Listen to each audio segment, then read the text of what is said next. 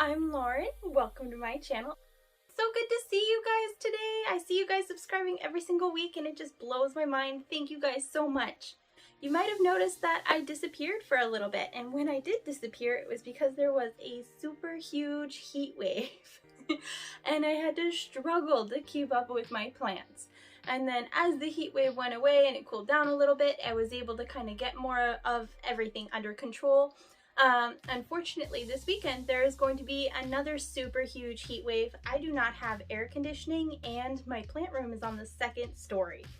So heat rises and that causes a lot of problems, and I thought that I would kind of cover everything that I did to keep my plants alive. I didn't lose a single one last time, and it's supposed to get up in the hundreds this time around, so I thought that I would kind of go over everything that I'm planning on doing this weekend and everything that I did last time that worked out really well, and just kind of help you guys out, help you guys prepare your plants for the summer, help you guys deal with the incredible crazy temperatures that are coming around this year. I don't know what's going on with it, but it's pretty intense this year. So without further ado, let's get into it today. You want to pull the more light sensitive plants back from high light area windows and centers of rooms where light shines on them. You just want to pull those back out and replace them with more light loving plants. The sun will be higher and less obscured by clouds and weather, so there will be more sun in rooms that you may not have had as much in before, so make sure that you're aware of that and pay attention as you go along. Plants can get sunburn, especially white or variegated plants, and they can get sunspots. Philodendron and other thinner leaved plants can get little round sunburns or sunspots, and people can mistake that for fungal or bacterial infections. If the spots stay the same size and color and do not appear to spread across the leaf over a few days, then it is just sunburn. When you're using neem oil or other chemicals on your plants, it should never be done and then place the plant in direct light. You always want to make sure that you keep the plant out of direct sunlight after you've put neem oil on it. It's easier to overwater or underwater your plants when you're following a strict schedule, so you need to be aware of that, and you need to either change your schedule or pay very close attention and check your plants daily until you get back onto the routine. I am not a fan of scheduling just because things change so much and it's different for everybody. But anyway, you always want to physically check your plant before watering when the seasons change and pay attention to what your plant is saying. Remember that smaller pots and the thin leaf plants will need more water more often. So if you're just checking your thick leaf plants and your succulents, then they're not going to need water. So make sure to check on your smaller ones. Remember, your terracotta pots can dry out much faster than your other ones, and if the temperatures are extreme, you might need to put it in a saucer of water so that it can rehydrate afterwards. If it dries out completely, then the terracotta will actually wick away moisture from watering your plants, and you want to make sure that you soak them. You don't just top water. Do a finger check to make sure you check the tops of your potting mix and the substrate sticks to your fingers. And if the substrate sticks to your fingers, it's still damp, it's good. But if it's dry, it could use a drink.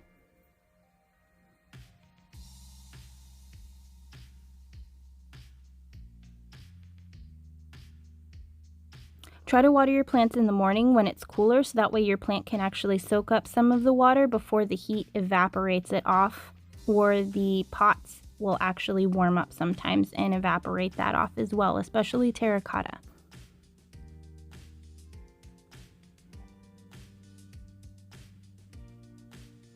Make sure to check your hanging plants or upstairs plants more frequently than normal, because heat rises and they'll definitely dry out faster than they normally would, and probably faster than the plants located lower down in other rooms, depending on what it's potted in.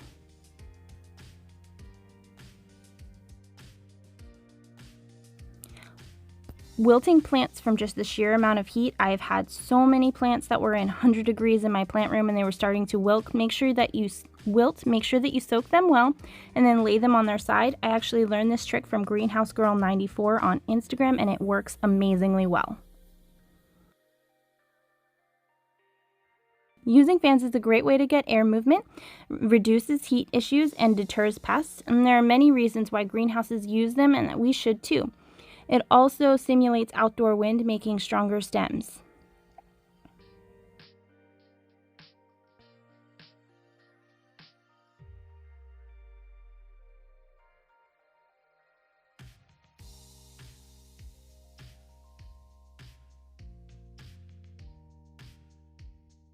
If you don't have an AC and you know your plants are going to suffer in heat, or you know certain plants prefer a cooler temperature, move them downstairs into a bathroom or a kitchen or into the coolest room of your house. For me, it's my bathroom. So I'm moving my ferns down there for now.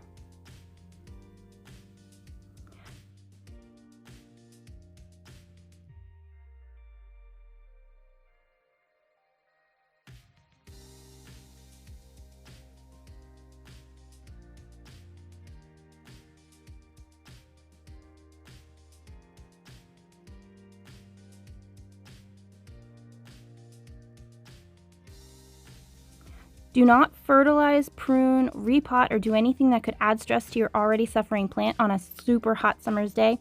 I know it sounds counterintuitive, but just remove the dead fallen off litter. Any wound on a weakened plant will actually call to pests and infections, and you can cause more damage to your plant long term than if you just left it alone for a few days. Also make sure your humidifiers are on. Any temperature over 80 to 90 degrees Fahrenheit will stress most houseplants and cause leaf loss. And humidifiers mitigate that by preventing the plants from drying out and giving them extra to absorb in substitution of your watering. If you don't have a humidifier, you can also use cache pots, water trays, or one of the many other techniques that I have mentioned. Try not to mist your plant in a hot, stagnant, sunny room. It can cause leaf damage and will evaporate before the plants can absorb it. And if you have a fan on, damage is less likely, but it will still not increase humidity for the full day and cannot replace a humidifier or something that will evaporate water for your plants to absorb.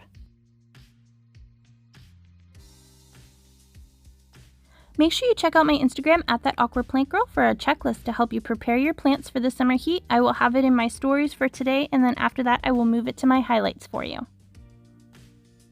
Alright guys, I hope that helps you guys keep your plants alive this summer. I hope it kind of helps you take advantage of this full sun and get some lush growth going on and not lose any plants in the process. Spring and summer is supposed to be a time where you can go ahead and get a lot of plants growing, where you can go ahead and see all the lushness and the fullness and watch your plants double and triple in growth.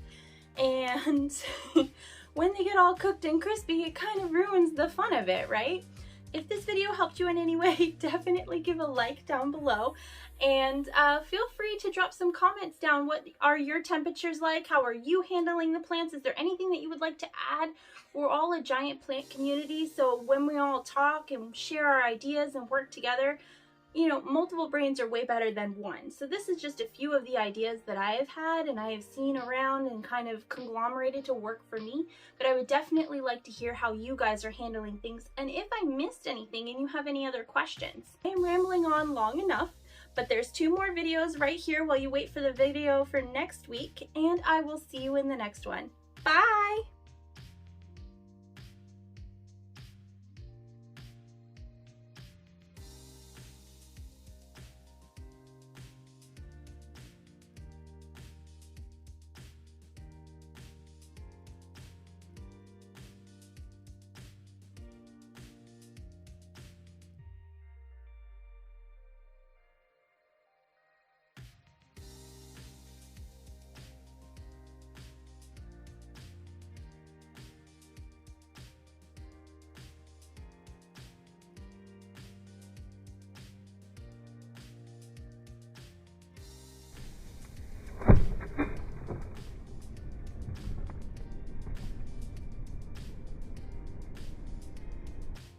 I will see you in the next one.